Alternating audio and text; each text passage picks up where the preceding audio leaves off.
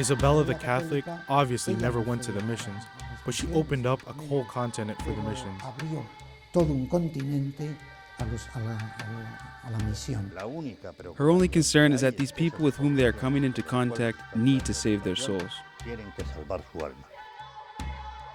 Es una mujer única en la historia. She is a unique woman in the history of the church in Spain. She was a woman that was capable of experiencing love and of spreading and extending it to others. Es un modelo de mujer. She is an example as a woman, as a layperson, as a mother of a family, as a wife, as a ruler, as a queen. And all of these aspects are truly fundamental. Y todos estos aspectos son tan fundamentales. Isabel la Católica nace. Isabella the Catholic was born on Holy Thursday in 1451 in Madrigal de las Altas Torres in the heart of Castile. She died in 1504, also in the heart of Castile, in Medina del Campo. The 53 years that she lived coincided with the second half of the 15th century. The first aspect that we must consider, and something that is important to take into account, is that we cannot judge with our present-day outlook, with the cultural and social paradigms that we have in our day and age, a woman that lived when the Middle Ages had but come to a close and the modern age had begun to dawn.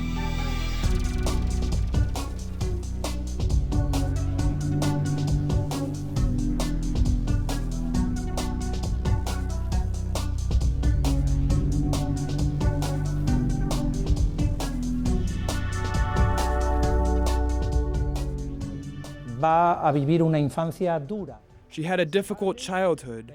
Her father, King John II of Castile, had taken as his second wife Isabella of Portugal.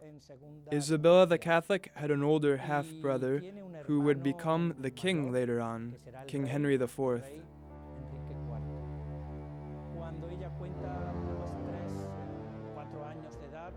She was about 4 or 5 years old when her father died.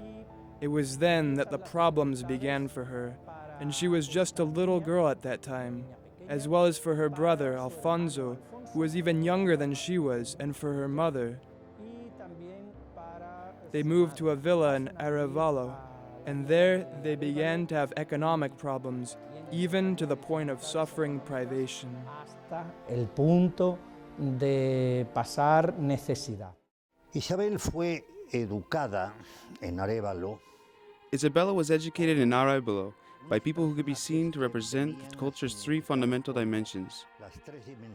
The first, religion. Isabella was a profoundly religious woman. Isabel es una mujer profundamente religiosa.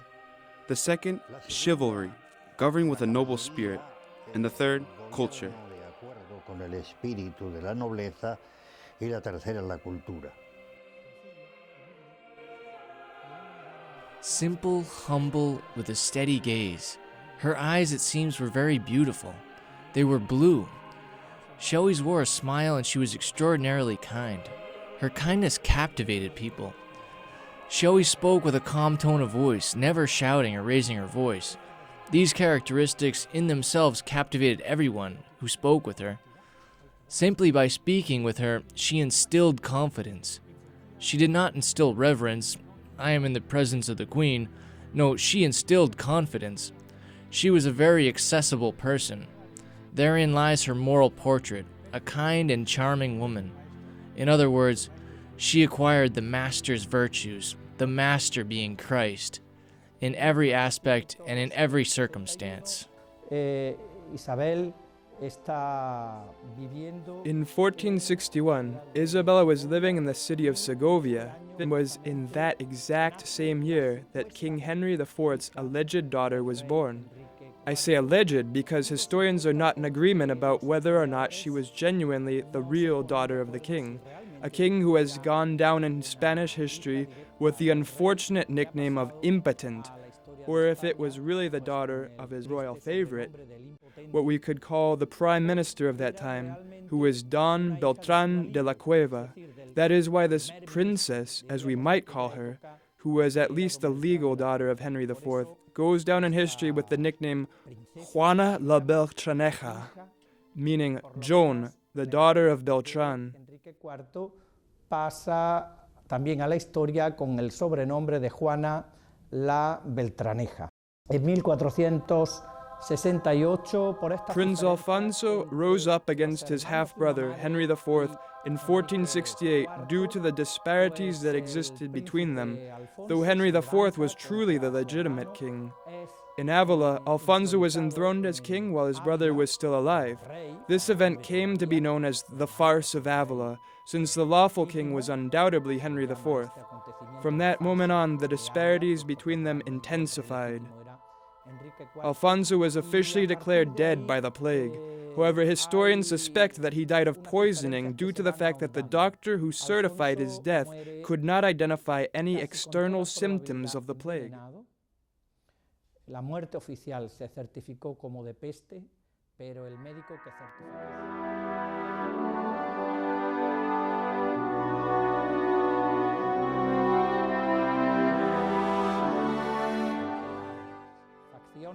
The factions that were against the king during that turbulent and tumultuous century therefore turned their gaze to Isabella. However, Isabella never once consented to leading any faction or to rising up against her brother while he was still alive. She was a person with a sense of justice, a quality that would remain with her until the end of her life. Que le acompañará hasta el final de sus días. Los nobles la ofrecían. The nobles encouraged her to rise up against Henry, but she did not hesitate for a moment before telling them, "My brother is the king, and while he is king, I acknowledge and adhere to the fact that he remains king." When Henry IV died, with the same characteristic decisiveness, she did not hesitate in declaring herself the queen. She was proclaimed Queen of Castile in Segovia, and later on, as Ferdinand's spouse, she became Queen of Aragon as well. From the moment that she was proclaimed queen, she maintained an astoundingly rigorous observance in the fulfillment of her duties as queen. Respeto para el cumplimiento de su deber. El rey quiere casar a su hermana y quiere sacar The king wanted to give his sister in marriage, a marriage that would be to his advantage and would provide him with a party that would be profitable for his kingdom and for Castile. In 1468, in order to achieve peace between the two factions, King Henry IV recognized, in the Treaty of Toros de Guisando, his half-sister Isabella as the Princess of Asturias. We have to point out that Joan, the princess and daughter of the king, was already 6 years old. Therefore, it is very revealing that the king agreed to both recognize and name his sister the Princess of Asturias, which made her the heir to the crown of Castile, when, as far as we know, he recognized Joan as his own daughter.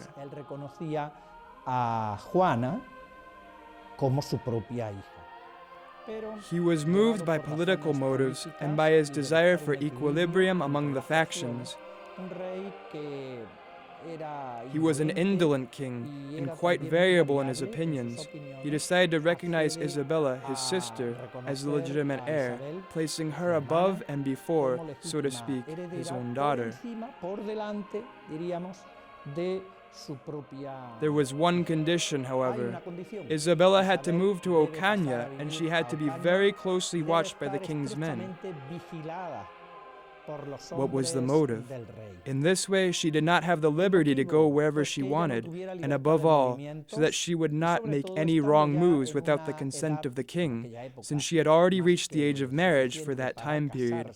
It must be noted that ever since she was 3 years old, when her father John II was still alive, only a short time before his death, she was already engaged, as prospective spouses were engaged at that time, with Ferdinand the Catholic, who would one day become her husband.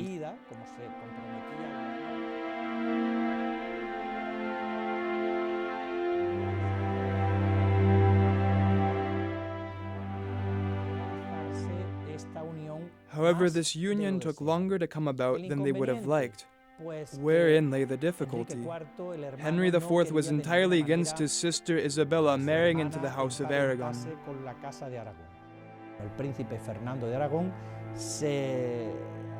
Prince Ferdinand of Aragon secretly crossed Spain as a stableman, a servant, so as not to be discovered. They met together in Valladolid, where they got married in a very secretive way, attended by only a small, intimate company. Totalmente desconocida, solamente para un círculo íntimo de acompañantes. Isabel quiere a toda su familia, pero Isabella loved her whole family, but she loved her husband in a very special way. She was a woman in love with Ferdinand. It is interesting to note that when she saw him for the first time, they showed her a medal that had the image of the future king on it. He wasn't handsome. Nevertheless, gradually and in due course, she developed a profound love for him, which she too was also truly capable of offering. Poco a poco, después, es un amor profundo el que ella siente y el que ella es capaz de extender. Cuando su hermano, el rey Enrique IV, Her brother, King Henry IV, believed that he had been both mocked and deceived by his sister. He rejected the marriage and disclaimed its validity, using the argument consanguinity, thus ignoring the papal bull, a bull that was granted in the year 1464 by Pius II that Prince Ferdinand the Catholic had brought forward. The Treaty of Toros de Guisando established that King Henry had to approve of whomever Isabella married, along with the consent of Her Majesty and with the authorization of the three guarantors of the treaty, the Archbishop of Seville, the Grand Master of Santiago, and the Count of Plasencia. King Henry and these three guarantors never took Isabella's wishes into account. They carried out a type of masquerade in their search for her husband, both before and after the Treaty of the Toros. Isabella was very firm and responsible in regard to this subject. She asked for prayers and advice, and she always remained resolute in her right to make her own decision, up until the moment when, at last, she decided to marry Ferdinand, disregarding those who were not willing to respect the treaty, which had declared her free to decide in the matter. Moreover, the papal legate had already dispensed in foro consentiae the marriage that took place in secret in 1469, freeing her from the impediment of consanguinity with Ferdinand until the public dispensation in the bull granted on December 1st, 1471, by Sixtus IV. La gran novedad que significa Isabel la Católica es que por primera vez The exceptional novelty that Isabel the Catholic represents is that for the first time a woman exercised her office as queen. Before then, what normally took place was that, yes, the queen received her rights, but she would impart them to another. That is how Ferdinand III, Saint Ferdinand, came to power. His mother immediately renounced her powers. Isabella the Catholic did not. She wanted to be queen. What she did was share her power with her husband. She gave him a document straight away, recognizing that, in practice, he had the same functions as she did. Reconociéndole en la práctica las mismas funciones que ella está ejerciendo.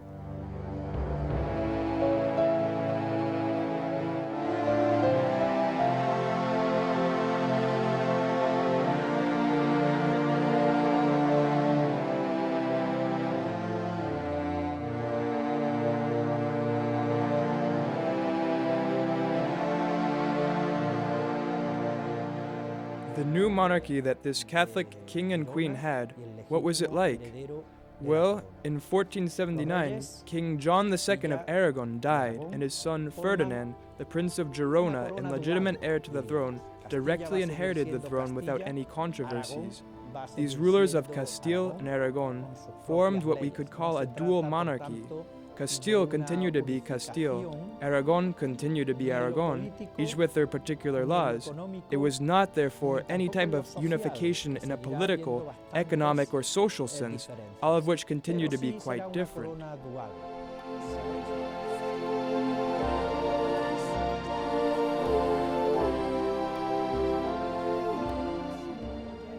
Nonetheless, it would truly be a dual monarchy.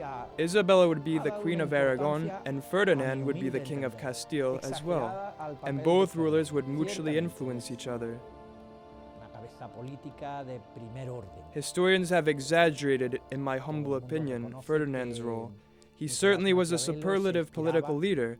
Everyone acknowledges that Nicholas Machiavelli, when he wrote The Prince, drew his inspiration from Ferdinand the Catholic. Ferdinand's reign would in fact parallel this modern politician that is described, a manipulator who places the end before the means.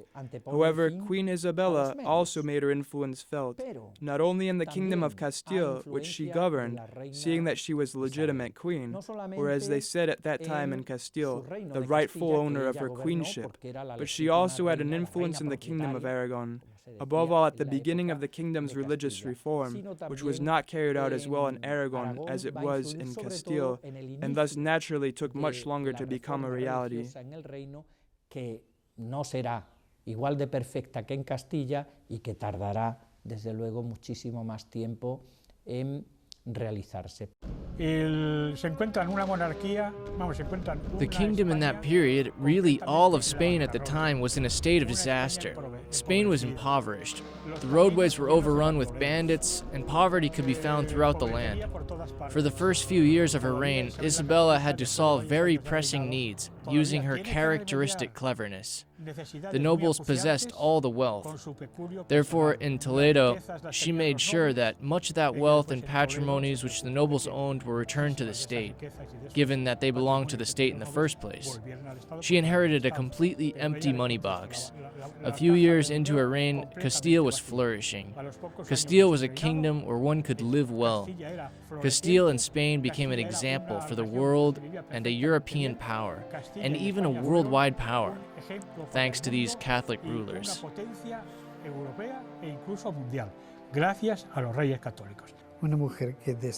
She was a woman who, from her faith, and without ever forsaking it, without dividing her life of faith from her public life, carried out her public life as Queen of Spain in fidelity with the fundamental principles that we hold: the dignity of the human person, human rights, seeing what unites all of us within our diversity. And that is why I, as a person in power, fight so much as well for the unity of the Spanish people. Some people even say that her marriage with Ferdinand of Aragon was only a political move in order to unite the two kingdoms. What most profoundly moved Isabella was the unification of Spain, the lost Spain, in order to recuperate the true Spain, which is a Spain rooted in the faith. She was not a woman that made political calculations, but a woman whose rule was based in that value which establishes unity among all the people who form part of our Spanish nation. Mujer que hace cálculos políticos, sino que una mujer que gobierna desde ese sentido de lo que constituye la unidad de todos los pueblos que integran nuestra nación.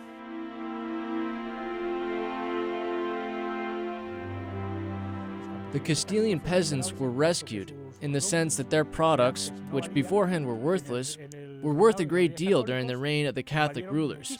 For example, the Castilian peasants were liberated in the sense that their flocks of sheep multiplied by 1,000, and the sheep's wool, meat, and milk became products that were exported throughout all of Europe. Most especially, the wool was sent to England. The wool that came from the Spanish stock was highly valued in England, and English textiles used this valuable, first-class Spanish wool for a very long time. And in the fields, Castilian grain was exported far and wide. Beforehand, there had not even been enough for the Castilian population on which they could subsist. In the age of the Catholic rulers, all of the wheat and grain that was left over was also exported, principally at the markets, where they exported livestock and where they also exported grain. All sorts of things were exported from Medina del Campo. It was an Aetas Aurea, a golden age, for the Castilian countryside and for the Castilian workers during the reign of the Catholic sovereigns. Tuvieron también una etas áurea, una edad de oro, con el reinado de los reyes católicos. Se acabó con el feudalismo y de qué manera, por supuesto. They completely eradicated feudalism. The number of nobles was reduced. The nobles, of course, still had their authority and their prestige, but they were moved to a second level, inasmuch as, at first, the noble was even higher than the king. Many things that the kings could not carry out were a result of the fact that the nobles impeded them. They solved one of these problems starting with Toledo. It was a problem in the courts, a problem that was quite difficult and complex, by giving back the power, economy, and the control of authority to the kings. Moreover, they solved it without any difficulties because, though as I said before, the queen was very modest and humble in many aspects, in questions of justice and in questions of royal authority, she refused to give in.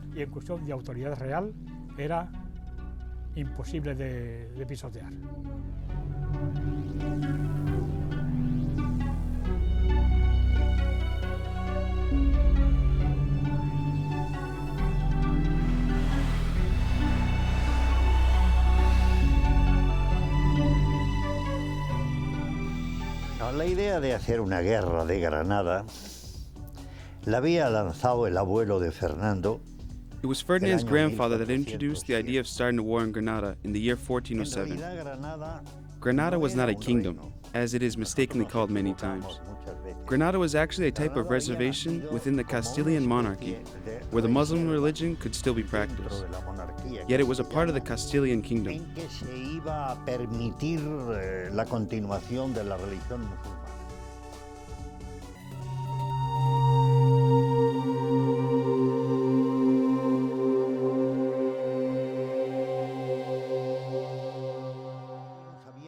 In 1288, with the help of the Moors, the people of Granada broke with this dependency. Castile never accepted this situation. However, the internal circumstances that were present in the 14th century impeded them from being able to take any effective measures. It was in 1407 that Ferdinand, who would later become King of Aragon, decided that the issue had to be settled. The problem had to be solved by returning Granada to its former state. And that is why they named his grandson Ferdinand. His name was not given to him by chance. He was the one who had to carry out his grandfather's mission. That is also why the first proposal that was made to Abu Hassan Ali, Muli Hathin, as the Christians called him, was that if he allowed Granada to return to its former state, nothing would happen. Muli Hathin responded by attacking his city. The war was consequently set in motion, and in that moment, Isabella made a decision which she then told her husband, "First and foremost, this war must be brought to an end. Because if not, Europe will find itself faced with a Turkish threat without having enough resources to defend itself."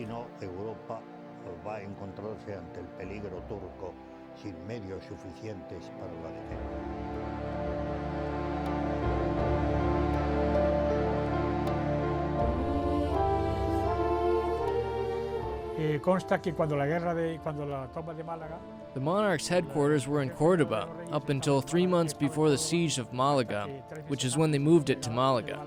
Their tents were pitched outside of Malaga until its capture. It is important to note that in the royal palace's chapel in Cordoba, unceasingly, both night and day, the queen and her ladies-in-waiting had perpetual adoration. día y noche vela las damas de la reina y la reina. At every moment, both night and day, they were found before the Eucharistic Lord in prayer in order to beg for the war's outcome. The Queen herself was counted among the 100 women that prayed. She was very attentive to her rotation. Each day, once she had been informed when her turn was within the continuous turns for adoration, she left everything behind, even her most important tasks, postponing everything in order to meticulously fulfill her turn for adoration. A war was being fought, but always using the same political criteria. Isabel told each city, "Surrender now, and I will respect the previous order of things, allowing the practice of the Muslim religion and levying the same taxes that you used to pay without any alterations. Yet if you do not surrender, we will take over by force." Almost all of the cities surrendered except Malaga. It had to be captured because a reinforcement of Moors came against the citizens' will, and that is why, in the end, the punishment given to Malaga was harsher. The Spanish population had to pay a ransom in order to be freed. Yet at the end of the war, they gave loads of money to Boabdil. I cannot imagine where he stored that immense fortune with which they reimbursed him. Later on, it was stolen from him in Morocco, but that is another story. At the end of the war, the Catholic monarchs made a great effort of reconciliation, because that is what they truly wanted. There were Spanish soldiers who made an offer to the Muslims, saying that if there were any Moors that did not want to stay in Spain after Malaga and Granada's capture and would like to go back to Africa, or as the soldiers said when they spoke of Africa, Allendes, which is an old Spanish word that means on the other side, The king and queen would grant them ships with a passage entirely free of charge so that they could return. Some of the Spanish soldiers, and we still know their names, robbed the Moors who came on their ships of their money, jewels, and personal possessions. The queen was told what had happened, and she sent an official, whose name is also recorded, though I do not remember what it is at the moment, to investigate in the kingdom of the caliphs in Africa, whose rulers were good friends with the Catholic monarchs. They found out who the culprits were, and those same men who were Spaniards were hung for having robbed those Moors. Those same Moors were compensated with interests for everything that had been stolen from them. Moors from Africa came to Malacca right after its capture in order to trade, and they were allowed to come. When they came, they slept in the streets. The queen, who was in Medina del Campo at the time, found out about this situation.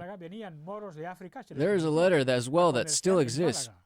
I have a copy of it somewhere, which the queen wrote to Malaga's chief magistrate telling him, "I am aware that there are Moors who come to trade in Malaga and that they have to spend the night in the streets. I do not want this situation to continue. They have to be given a place at the inn." Moreover, for having slept in the streets, the Moors were charged 2.5 maravedis, an old Spanish coin, which was a lot of money back then. 2.5 euros for sleeping in the streets. They could not be charged anything, and they were to be given a place in the inn during the winter, and when it rained out, so that they would be able to sleep under a roof.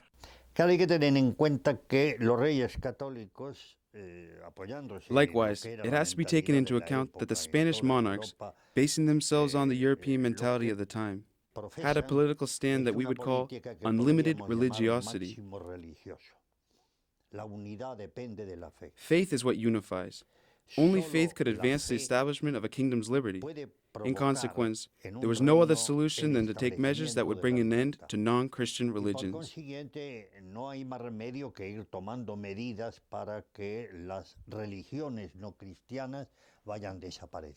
En el caso de la expulsión de los judíos, que es el punto más controvertido, es In terms of the Jews' precisamente por expulsion, obedecer which is the most controversial topic, she exposed them precisely out of obedience to the church. mucha gracia. One of Isabella's historians ironically stated that she is still not a saint today because she obeyed the Pope. The Pope asked her to expose the Jews in order to create Spanish unity, a Catholic unity, a unity that went back to their roots.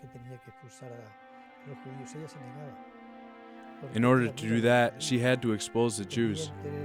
She had faithful collaborators and agents who were Jewish. She held the human person in esteem and considered their welfare before every other factor. She refused because she was a friend of the Jews, yet she had to obey in order to carry out what Rome had prescribed. Therefore, she did it not by instinct, nor because of a calculating political policy, but simply out of pure obedience. No es por su instinto, no es por su visión de cálculo, sino que es sencillamente por pura obediencia. Of course, in today's day and age, this comes across as something very strange and quite contradictory. But that is because we live in an atmosphere of radical laicism, which cannot see how religion could bring about any kind of good. The Catholic monarchs believed that religion was the supreme good, and therein lies the problem. The truth is that some Christians despise the Jews and mistreat them. Yet those who carry out such deeds are committing a sin and do not act as good Christians. During Isabella the Catholic's reign, entities were created for every aspect of life. For example, in the religious field, she, along with her husband, wanted to reform the clergy in the church. In the end, they were able to accomplish this reform. There were a substantial number of priests at that time. However, many of them were very poor. Others lived corruptly. They even had mistresses living in their houses with them. Others played cards all day long, and others went off hunting. Very few dedicated their time to charitable works and to the tasks that only priests can carry out. Of course, there were saints as well. Yet, with the emergence of Isabella the Catholic and Ferdinand's reign, all that changed. There began to be bishops who did not dedicate their time to fighting, going off to war on their horses with their weapons. No, the bishop had to be a pastor, as were Presimo, Don Pedro Díaz de Toledo, who was the first bishop of Malaga, as was Don Diego Ramirez Villaescusa as well. There began to be bishops who took on their responsibilities in the diocese, not living in Rome as many bishops did at the time. Isabel the Catholic took this matter into her own hands, and the bishops were obliged to live in their own diocese in order to take care of their flock.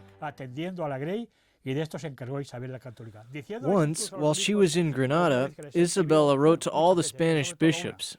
Well, she wrote to them on many occasions, but in one particular case, a letter which really captured my attention when I found it, telling them to take care of the churches that they were in charge of, owing to the fact that she had seen many times that the altar cloths were dirty and covered in dust. The tabernacles were extremely dusty as well. Even the lamps were left unlit. Her exact words were, "The lamps must always be lit for Christ our Lord." She was talking about the lamps that are lit to indicate that Jesus is present in the tabernacle, in the monstrance, as she said. The principles that were employed in this reform were advanced during Queen Isabella's reign. I am not referring to the reform carried out by Francisco Jiménez de Cisneros, which would take place later on, but of certain clear precursors that already existed, which served as the foundation for what was to come later on.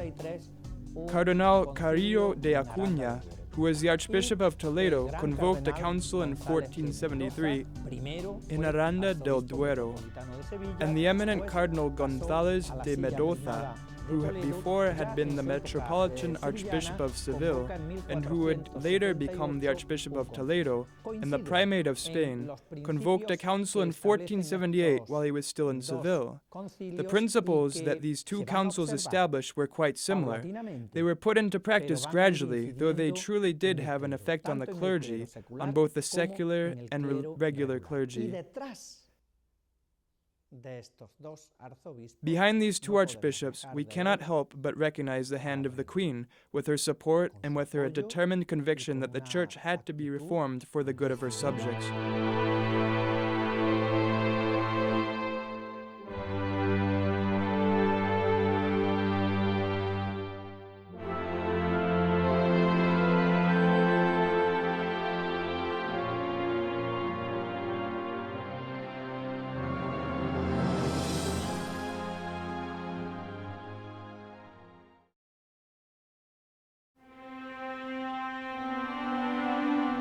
What were the principles applied? Well, synods were regularly convoked, which served to take the pulse of each church's particular situation. They established norms that went against the practice of priests having mistresses, so that they would faithfully observe their celibacy. They decreed that parish priests had the obligation to teach children and the faithful the catechism. They also established that the clergy had to receive at least a minimal formation, including canon law, sacred scripture, and theology, so that they would fulfill their role of teaching. Furthermore, precise legislation was established on marriage and on ordinations, and also the obligation of the bishop's residency in his own diocese. Que se vuelva a lo que son las fuentes y la verdad. The reform went to the heart of the sources and the truth about the Catholic faith and its customs, which determine the singular attributes of one's state in life, the religious life, the priestly state of life, the episcopal state of life, and gave a very precise teachings from the bishops. The king and queen had the possibility, the prerogative, of choosing and proposing bishops. They undoubtedly chose extraordinary bishops, one of them, for example, being Friar Hernando de Talavera, another, Cardinal Cisneros. They were the outstanding defenders of the reform of the Catholic Church in Spain during the 16th century.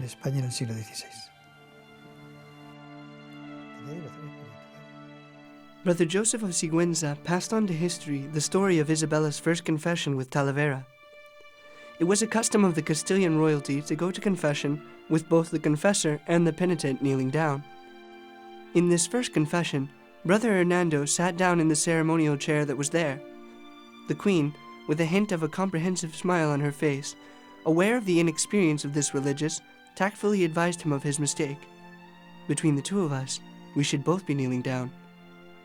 The confessor answered with the same politeness, "No, my lady, I should be sitting down, and your majesty should be kneeling down, because this is God's tribunal, and I am just fulfilling my duty." The queen remained silent and accepted what he had said like a saint.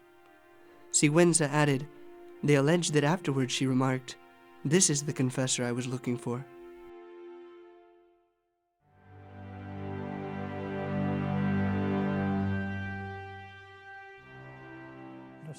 She did not know how to live except with the church and from within the church, from which she received everything. And by using the word everything, it quite simply means her faith that revived her, her relationship with God, who was the meaning of her whole life, and the light which guided her in everything. Queen's greatest devotion was to Our Lady at the moment of the Annunciation, the angel's Annunciation. Every year on March 25th, she celebrated a special feast in her home, in her palace. Wherever she was, whether she was at her customary home or anywhere else, seeing as she often traveled throughout Spain, that day she held a celebration. And besides religious celebrations, which included the Mass as well as other traditions, she invited 9 poor women to eat every year. She did that her whole life long. She gave food to 9 poor women in memory of the 9 months that Mary carried the child Jesus in her womb. She herself served them at the table. Moreover, she gave them shoes and clothing to wear, and in addition, she gave them alms, which she presented to them in a leather wallet. Each one received alms every year. She did the exact same thing on Holy Thursday with 13 poor people, 12 for the 12 apostles, and the 13th for Jesus Christ. She did the same thing, food. She served them with her own hands. She washed their feet, gave them clothing, shoes, and alms.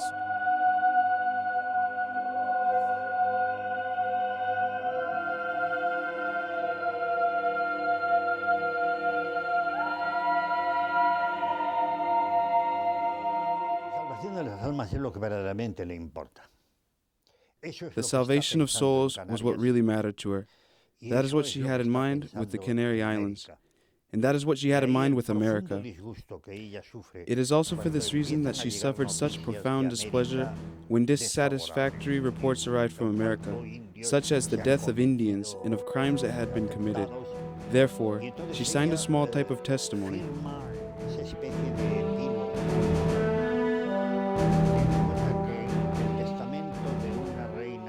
One must take into account that a queen's testimony became an organic norm, a fundamental norm of utmost importance. For the first time, the inherent human rights of every single human person were recognized. Undoubtedly, Christopher Columbus presented a much more plausible image of extending the faith than it turned out to be in reality the following year. Columbus painted the picture of the natives as believing in only one God, and therefore their conversion to Christianity would have been much easier than it ended up being in reality. Isabella took this idea and made her own the ideal of the faith's extension and of bringing the faith to the Indians. She carried this plan out, and perhaps the most interesting aspect of her policy was her idea of building up a new world. Isabella had experienced in her own country the need to reform the church and to fight against moral decadency and a decadent lifestyle, both of which had been characteristic of Castile in the 14th and 15th centuries. And with that same zeal, she envisioned with the discovery of America a new world and, moreover, as one might put it, a new humanity. Isabella made sure that those who set sail for America were people known for their virtue, and she tried to prevent the vices that were characteristic of the old continent from reaching America.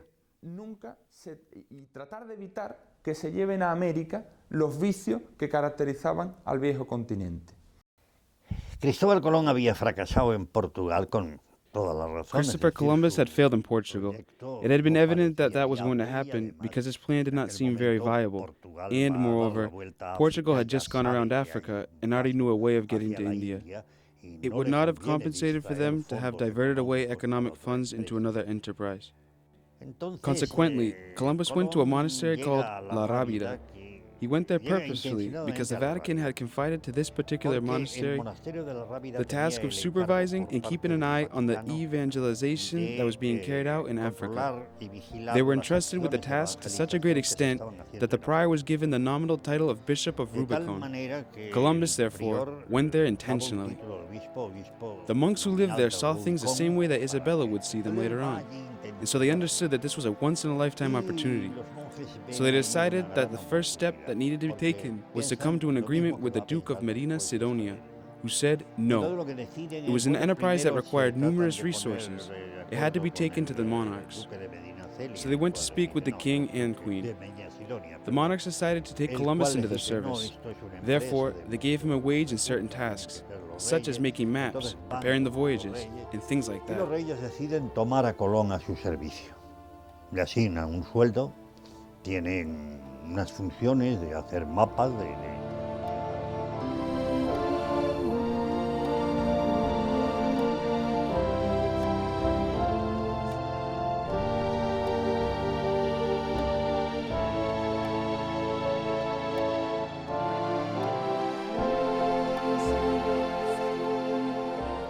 While they were negotiating, it became clear that they could not enter into this venture until the issue of Granada was resolved. Yet by the year 1490, the decision had already been made. Isabella imposed her criteria on her husband. Isabella's feminine intuition was placed above logical reasoning. The conditions were the only thing negotiated because what Columbus asked for was immoderate, as would later be proven. If it had only been a small island, fine. Give him the governing of it, etc. Yet this was a whole new world. How could it become the private property of just one man? Yet Isabella always had a great affection for Columbus, even until the end. When Columbus finished his fourth voyage and had arrived in Spain, he found out that Isabella was dying. He did not get to see her again. The news of her death caught him off guard. On the way, he realized that he had lost his greatest advocate, his great hope. Neither Joan nor Philip the Handsome were going to pay any attention to what seemed like a failure, a type of adventure, but nothing of great magnitude. En el segundo viaje de Colón ya manda ella, me parece que fueron unos franciscanos. In Columbus' second voyage, she sent, I think it was some Franciscans.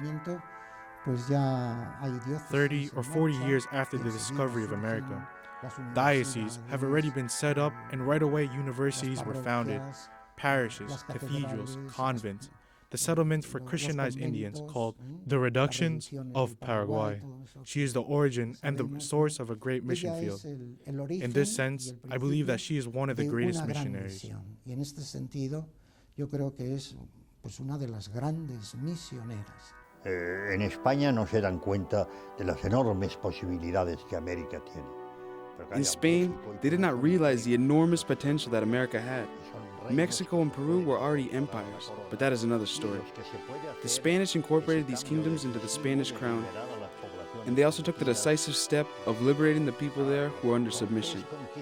Cortés conquered Tenochtitlan. From what? From what? The Indians were the ones that conquered Tenochtitlan, guided by Cortés. Yet it was an internal rebellion against an intolerable regime that the Mexicans had established.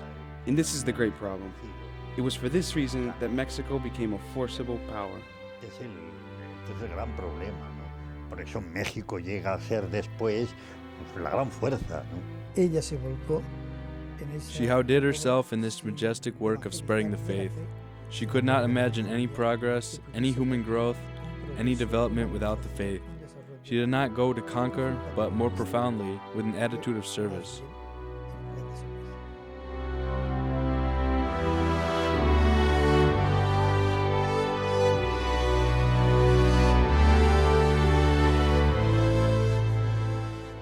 When Columbus came back from his second voyage, he brought slaves with him and sold them in Seville. When Isabella found out about this, she acted right away and demanded that those slaves, the ones who had been sold, be set free, paying out of her own pocket what they had cost. She set them all free and sent them back to America. In that time period, slavery was not such a clear issue. Even the theologians of Salamanca thought that slavery was permissible. Bartholomew de las Casas also had slaves. Yet Isabella did not hesitate. She called together a commission to study the issue, but she did not wait for the results. The commission lasted for 5 years, and she did not wait for the commission's report.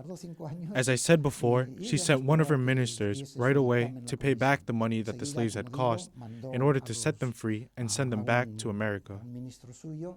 Para que devolvieran los dineros y a los esclavos les devolviera otra vez América con la libertad. Se empieza a tener noticia de lo que She began to receive reports of what was really going on in America in the year 1500, and it was in 1504 that she died. She did not have very much time. She only had enough time to draw a clear outline of what should be done, and to enjoin on her descendants to remain faithful to these criteria. Just as it is certain that we shall one day die, it is also just as certain that we do not know when nor where we shall die. Therefore, we should live in such a way that we are prepared at any moment. Hence, let it be known when this testament is promulgated that I, Lady Isabella, as Queen by the grace of God, of Castile, of Leon, of Cordoba, of Corsica, of Murcia, of Jaén, of Gibraltar, and of the Canary Islands, since I have an illness which God has wished me to have, in my right mind and in possession of all my mental faculties, firm in my beliefs and convictions, I hold fast to all that the Holy Roman Catholic Church has, believes, professes and preaches, most especially the 7 Articles of Faith and the Divinity, and the 7 Articles of Faith and the Most Holy Humanity, and the exposition of the Catholic faith decreed by the Great Council of Nicaea, which the Holy Mother Church constantly confesses, makes known and preaches. In the 7 sacraments and in this same faith and through this same faith I am willing to give my life. You asked me about the Queen's health. We find ourselves in the palace all day long, waiting mournfully for the hour when this great faith and all these virtues shall disappear from the face of the earth along with her spirit. We ask God that He permit us to follow her someday where she must soon go. She exceeds all human virtue beyond compare, and in such a way that it seems impossible that there could be another found similar to her among mortal men. Many times they saw that her feet were wounded from the penance she performed. And when she received the anointing of the sick, her feet were anointed, of course, and they were wounded as always. People do not know about this, but I found in a certain document that at the time, within the rite of extreme unction, there was a blessing of the abdomen, for the weakness of the flesh and the sins of the flesh, which was given to both men and women. When the Queen was at the point of death and received the anointing of the sick, this practice of anointing women on the abdomen for the sins of the flesh still existed. She asked them to please not reveal that part of her body, partly because her illness affected there. She had uterine cancer. She didn't allow them, it's not that she didn't allow them, she simply requested that they not reveal that part of her body, because it would be an uncomfortable situation for her and for others as well. It was the only objection that she raised. I wanted to tell that story in order to illustrate the type of woman she was, and I really want people to see that. In her will, the first thing that she wrote down was a profession of faith, one that is quite moving. She even testified that she was ready to die. I am disposed, she said, which was a way of speaking back then. I am prepared to die, and it would be an honor to die for the faith. It was almost a martyrdom of desire. Es casi pues una mártir, no sé, de deseo.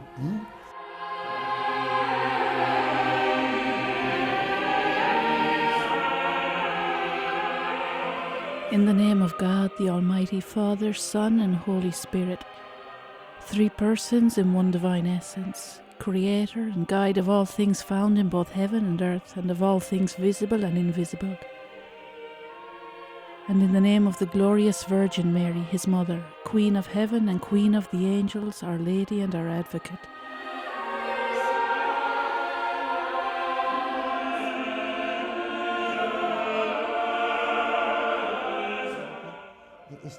My intention was to extend the Catholic faith in America, to transform that land by bringing it culture and the Christian faith.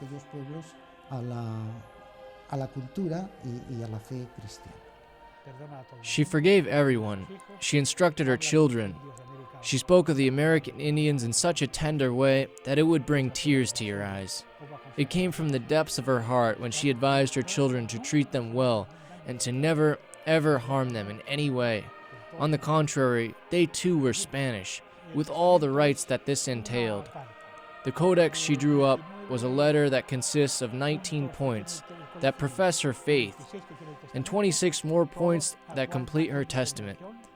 All of them full of veneration, esteem, and praise, because her all was to live and die for the Christian faith.